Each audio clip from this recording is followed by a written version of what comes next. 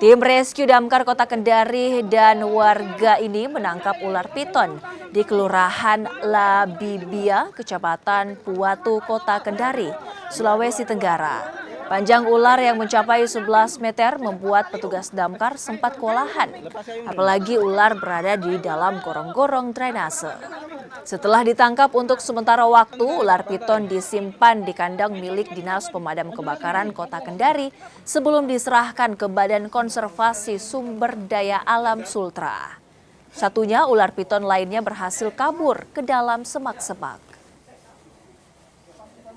Yang menurut laporan warga itu, Andri, itu 2 ekor ular. Hanya pada saat tiba di lokasi, ular yang satu itu sudah tidak kelihatan ya. Cuma satu saja yang dapat dievakuasi ya. Dan panjang ular piton ini ya, itu berkisar kurang lebih 11 meter ya. Namun sebenarnya begini, proses evakuasi memang cukup lama ya, karena bentuk dan ukuran ular jenis piton ini cukup besar dan panjang.